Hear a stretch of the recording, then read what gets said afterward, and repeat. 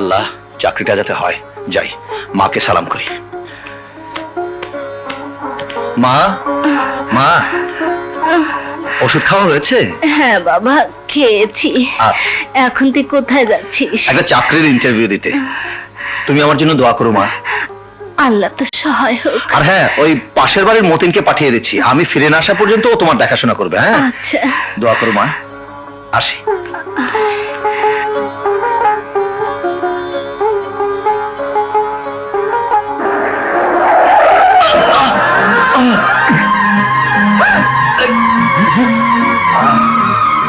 আরে শাকিল ভাই, তুমি?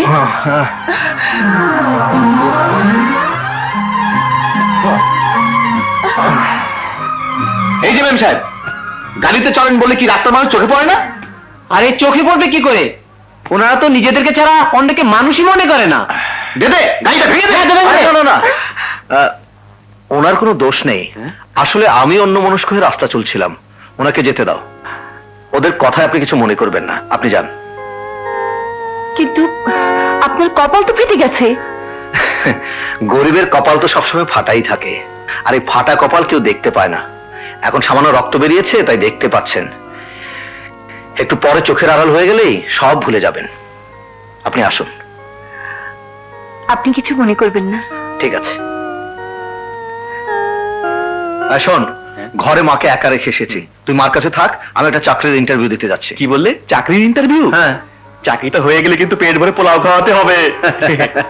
আগে হোক, পরে খাওয়াবো। হ্যাঁ, চলি।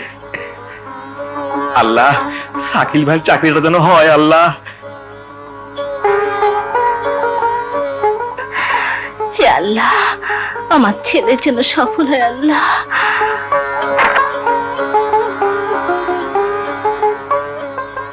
আসসালামু আলাইকুম।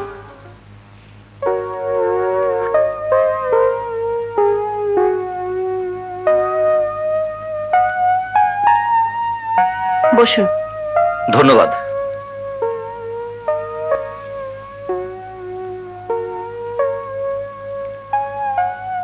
আপনার নাম শাকিল চৌধুরী? জি।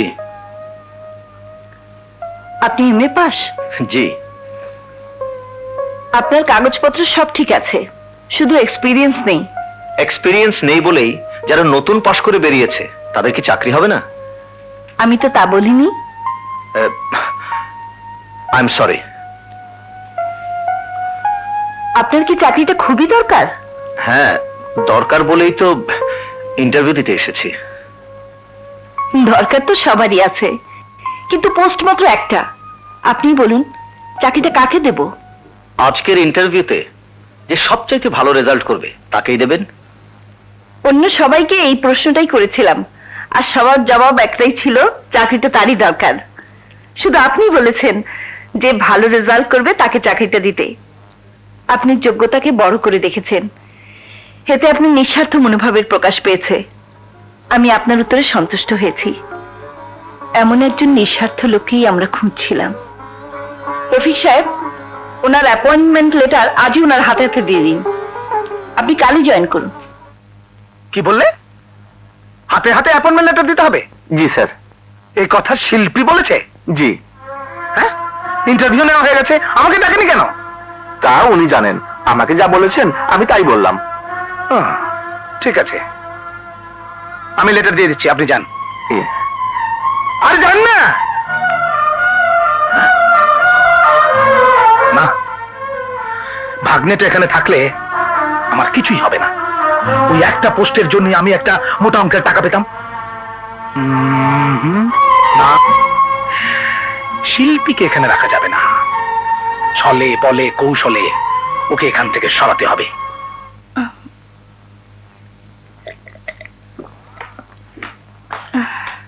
মা, মা, এই যে মা, আমার চাকরি হয়ে গেছে। শুকুর আলহামদুলিল্লাহ। কিন্তু তোর কপালে কি হয়েছে বাবা? ও কিছু না মা, সামান্য কেটে গেছে। শাকিল ভাই, হ্যাঁ, এবার আমাদের খাবারটা অবশ্যই পাবো। হ্যাঁ, অবশ্যই পাবে। প্রথম মাসের বেতন পেয়েই তোমাদের খাইয়ে দেবো। জানো মা, আমার মালিক খুব ভালো মানুষ। আল্লাহ ওনার ভালো করুক বাবা।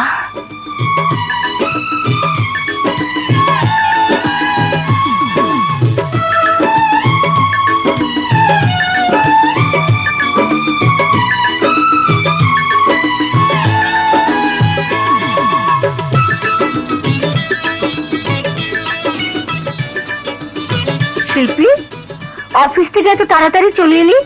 আর দা তোর ইন্টারভিউ নেওয়ার কথা। ইন্টারভিউ নেওয়া হয়ে গেছে তাই চলে এলাম। ও কিন্তু মা, তোমার ওই অফিসে কাজ করবো আমার ভালো লাগে না। আমার শরীরটা ভালো না, তাই তো কয়েকদিনের জন্য তোকে যেতে বলেছিলাম। এখন তো তুমি অনেকটা সুস্থ, তাই কাল থেকে তুমি যাবে, আমি আর যাব না। পাগলামি করিস না মা, আমাকে আর কয়েকটা দিন বিশ্রাম নিতে দে। হায় মা, আয়। স্যার, কুটুমা বলেছে ফাইলগুলো সই করে দিতে। তুমি যাও, আমি ফাইলগুলো দেখে সই করব। কিন্তু তিনি বলেছেন এক্ষুনি সই করে নিয়ে যেতে। আমি তোমাকে যা বলেছি তাই করো, যাও। জি। কাজটা বোধহয় ভালো করলেন না। আপনার কাজ আপনি করুন। কি কি বললে? সে দেখবে তারপর সই করবে? জি। আরে তুমি বলনি আমি এক্ষুনি ফাইল চেয়ে পাঠিয়েছি? বলেছিলাম। তারপরেও তুমি যাও। ওর এত বড় স্পর্ধা। বেশ, আমিও দেখে নেব সে কি করে এখানে কাজ করে। কাজ কাজ করলে মানুষ বাঁচে, আর কাজ না করলে মানুষ না খেয়ে মরে। ওকে না খেয়ে মরতে হবে।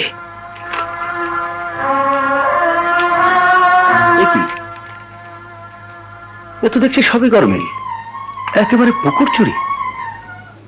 গরমিল? আমাকে বুঝিয়ে বলুন। আপনার মামা আমার কাছে ফাইলগুলো পাঠিয়েছে এক্ষুনি সই করে দিতে, কিন্তু এগুলো তো প্রচুর গরমিল আছে।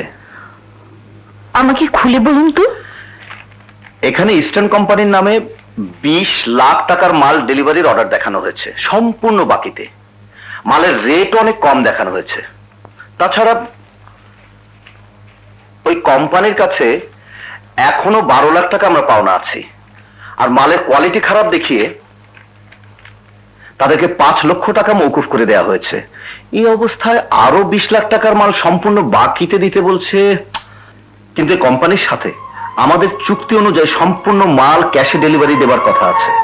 আর এদিকে কটু সাহেব সব নিয়ম কানুন ভঙ্গ করে মালিক পক্ষের অনুমতি না নিয়েই ফাইলগুলো আমার কাছে পাঠিয়েছেন। আমার মনে হয় কটু সাহেব ওই কোম্পানির কাছ থেকে মোটা অঙ্কের পার্সেন্টেজ খাচ্ছেন। ম্যাডাম, এই অবস্থা আমি কি ফাইলগুলো সই করে দেব?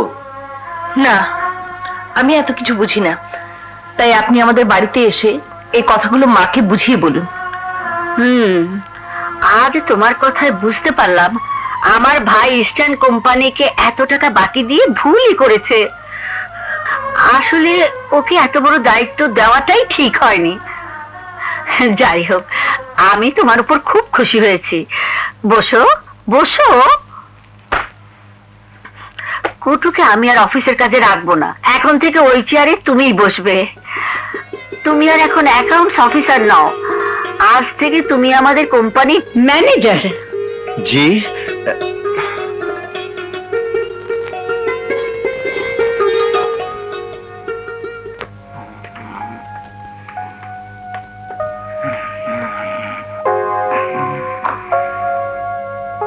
মামা, মামা, কি ব্যাপার শিল্পী? আপনি এই চেয়ার থেকে উঠে আসুন। উঠে আসবো? হ্যাঁ, ওটা মায়ের আদেশ, উঠে আসুন। হ্যাঁ? আপনি ওখানে গিয়ে বসুন। হ্যাঁ? শিল্পী, এসব কি হচ্ছে? আজ থেকে উনি ম্যানেজার হিসেবে দায়িত্ব পালন করবেন। হ্যাঁ? এটা মায়ের আদেশ। তাহলে আমি কোন পোস্টে কাজ করব? তা আমি কি জানি, মাকে কি জিজ্ঞেস করুন।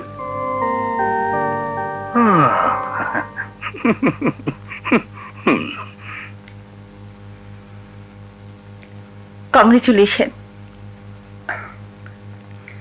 Thank you.